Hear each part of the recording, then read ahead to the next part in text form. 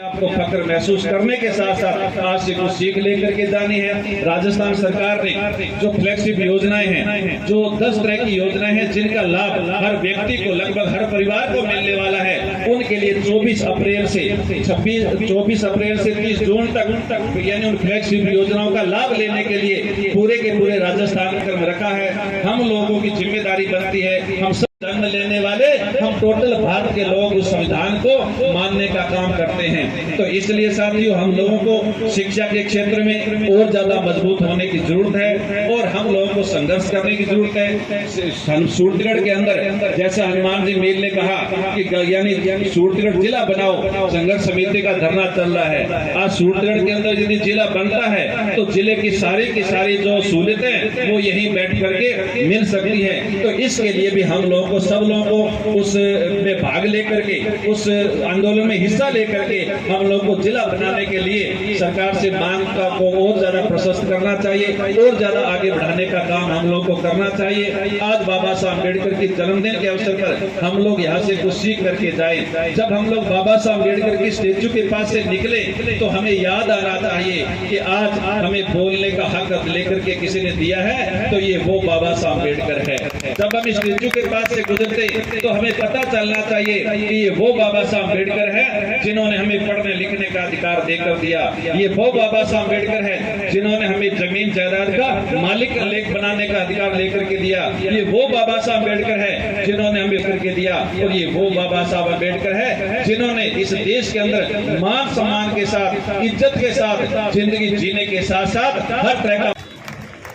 धन्यवाद साहब जी। मैं मोखराम जी खिलेरी हमारे बीच पहुंचे हैं। आप अमरपुरा शेरवानी सरपंच प्रतिनिधि हैं, कृपया आपसे आग्रह है कि मंच पर स्थान ग्रहण करें। मोखराम जी खिलेरी। इसी कड़ी में पृथ्वी जी नायक से आग्रह करूंगा, कृपया अपने विचार रखें। पृथ्वीराज जी नायक आप प्रधानाचार्य हैं पोगल तहसील में, तो आपसे आग्रह है कि आप भी अपने विचार रखें। पृथ्वीराज जी नायक।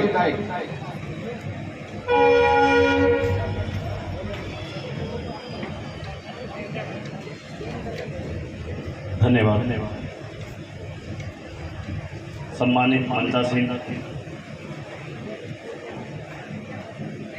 पंडाल में बैठे हुए सभी माताएं, बहनें, बुजुर्ग और मेरे साथी, बाबा साहब के विषय में बोलना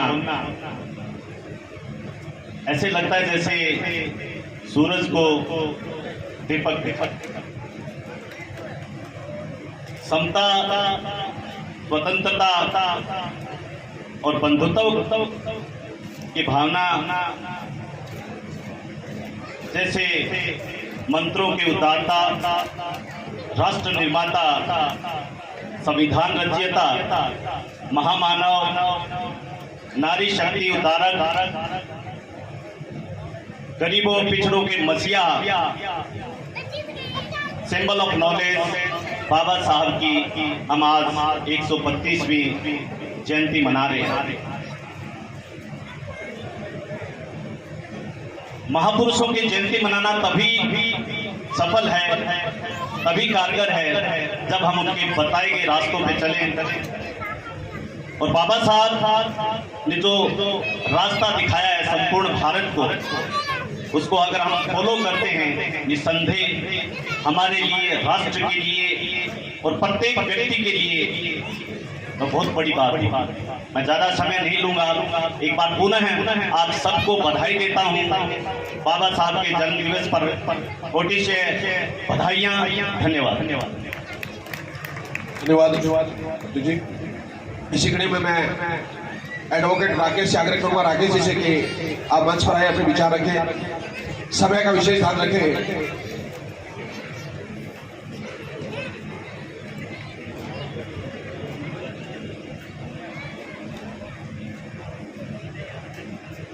धन्यवाद। सबसे पहले तो हमारे मसीहा, विश्व रतन, गरीबों के मसीहा बाबा साहब भीमराव अम्बेडकर साहब के चरणों में नमन।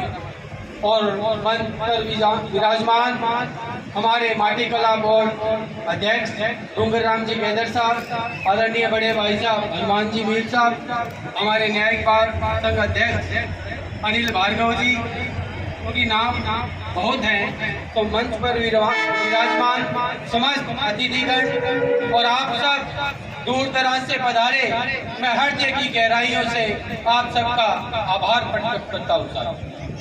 मैं कहना चाहता हूँ कि बाबा साहब आज ही के दिन एक सूर्य का उदय हुआ, वह सूर्य जिसने पूरे भारत को ही नहीं विश्व को रोशन करने का काम किया था। आज मैं अधिवक्ता हूँ, बाबा साहब भी अधिवक्ता थे और न्यायालय में जब उन्हें बैठने की जगह नहीं दी गई तो उन्होंने बाहर बैठ के भी लोगों को न्याय दिलाने का काम किया। आज हम जो अंदर बैठे हैं तो ये बाबा साहब की देन है। तो वक्ता भी बहुत हैं और महामानव के बारे में अन्य विचार रखेंगे। मैं कहना चाहता हूँ कि अपनी मंजिल को बुला कर जिया, अपनी मंजिल को बुला कर जिया तो क्या जिया है दम तो उसे पा कर दिखा। लिखते अपने लहू से, लिखते अपने लहू से अपने कामयाबी के रास्ते, बोल किस्मत से है दम तो इसे मिटा कर दिखा। ये साकार करने वाले हमारे महामानव बाबा भीमराव अंबेडकर साहब के साथी। समय का अभाव है, इसलिए मैं अंतिम दो पंक्तियां बाबा साहब के लिए कहना चाहता हूं कि मेरे सर को जो सम्मान मिला है, मेरे सर को जो सम्मान मिला है बाबा साहब आपके संविधान से मिला है। औरों को तो जो मिला, औरों को तो जो मिला वो मुकद्दर से मिला है, हम जैसों को तो मुकद्दर भी आपके संविधान से मिला है। बाबा साहब जय हिंद, जय भारत, जय संविधान, जय भीम। धन्यवाद राकेश जी।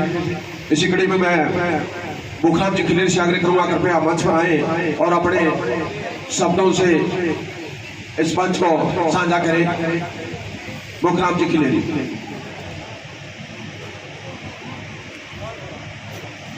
बाबा साहब के चरणों में कोटि कोटि नमन। मंच पर विराजमान अतिथि के रूप में बड़े भाई श्री डूंगराम जी एवं अन्य अतिथिगण, आज बाबा साहब भीमराव अम्बेडकर जी की अपनी 132वीं जयंती मनाने जा रहे हैं। इनका जीवन और इनका पिता का जीवन भी बड़ी कठिनाइयों से रूबरू होते हुए गुजरा था। इनका जो दाखिला था वो भी बड़ी परेशानियों में, और जब इनको मेडिकल की कभी इनके परिवार को जरूरत पड़ी वो भी बड़ी परेशानियों का समय व्यतीत होता था। गरीबों को कभी आगे आने ही नहीं दिया। कुछ सामंतशाही सोच के लोगों ने शिक्षा से भी दूर रखा और अधिकारों से भी हमें दूर रखा। एससी, एसटी, ओबीसी और माताओं बहनों के लिए जो बाबा साहब भीमराव अम्बेडकर ने किया है, शायद ही कोई मानव स्वभाव का व्यक्ति कर सके जो बाबा साहब भीमराव अम्बेडकर जी ने किया।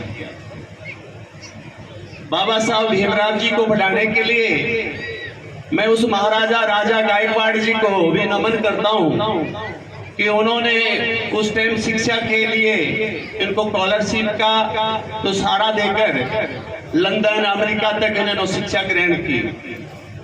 और इनकी जो लाइब्रेरी थी, व्यक्तिगत लाइब्रेरी में मेरे ख्याल में एशिया से भी बड़ी लाइब्रेरी थी। इनकी जो एजुकेशन की किताबें थी, एशिया के समकक्ष व्यक्तिगत किसी की लाइब्रेरी है तो बाबा साहब भीमराव अम्बेडकर जी की थी। बाबा साहब भीमराव अम्बेडकर जी ने शिक्षा का बड़ा महत्व बताया गया है। जो सामने जो परिवार और बच्चे बैठे हैं, माताएं और बहनें बैठी है, जो शिक्षित परिवारों से है, लगभग शिक्षित परिवारों से। जिस परिवार में शिक्षा नहीं आई उस परिवार में किसी प्रकार का कोई अधिकार नहीं आया आज भी। देश को वैसे 75 साल आजाद हुए हो चुके हैं, लेकिन अगर शिक्षा नहीं आएगी, गरीब के घर में शिक्षा नहीं होगी, तो हमारे अधिकारों के बारे में हम जाग नहीं पाएंगे, अधिकारों को हासिल नहीं कर पाएंगे। तो मेरा निवेदन है, जो 11वीं पंथी के लोग, जो पिछड़े लोग थे, आज पढ़ लिख कर आगे आए हैं, हमें ज्यादा से ज्यादा शिक्षा का प्रचार करना चाहिए, ताकि हमारे बीच में जो कुरीतियों का भाव है वो समाप्त हो सके, और हमारे बीच में भी ऊंच नीच का जो भाव है वो समाप्त हो सके। बाबा साहब भीमराव अम्बेडकर जी ने कहा, जन्म से बड़ा नहीं होता, जन्म से कोई छोटा नहीं होता, संगठन से आदमी बड़ा होता है। तो हमारा एक ऐसा संगठन मजबूत होना चाहिए, बाबा साहब के अधीन रहते हुए, बाबा साहब की चरणों में रहते हुए, संविधान के अधीन रहते हुए, जो विकास का कार्य कर सके और पिछड़े हुए लोगों को आगे लाने का काम कर सके। इसी के साथ बाबा साहब भीमराव अम्बेडकर जी की चरणों में फिर से नमन, धन्यवाद, जय हिंद। मुझे बोलने का मौका दिया, जय हिंद, सबको राम राम। धन्यवाद मुखराम जी। इसी कड़ी में बार संघ अध्यक्ष भाई अनिल जी से आग्रह करूंगा, कृपया मंच पर आए और अपनी बात रखें। अनिल जी भार्गव। भारत रत्न, भारत निर्माता, सिंबल ऑफ नॉलेज, बहुत सी ऐसी अनेक उपाधियों से श्रीमान बाबा साहब को सुसज्जित किया गया है। और 132वें जन्मोत्सव पर मैं यह कहना चाहता हूँ, जो भी गणमान्य व्यक्ति पर सम्मानित जो भी व्यक्ति आई हैं, बाबा साहब के 2 शिक्षाएं ग्रहण कर लीजिए, एक तो शिक्षा और एक समरसता। अपने बच्चों को, अपने परिवार में, आस पड़ोस जो भी शिक्षकगण है, कर्मचारीगण है, तो बाबा साहब के जो विचार हैं और बाबा साहब का इतने कम समय में और कम शब्दों में समझाना संभव नहीं है, क्योंकि देखो इस संविधान को भी 2 वर्ष 11 महीने 18 दिन लग गए थे लिखने में, तो इतने 5 या 2 मिनट में नहीं समझा सकते। मैं तो सिर्फ यही निवेदन करूंगा सभी से कि बाबा साहब के विचारों को अपने जीवन में उतारिए। धन्यवाद।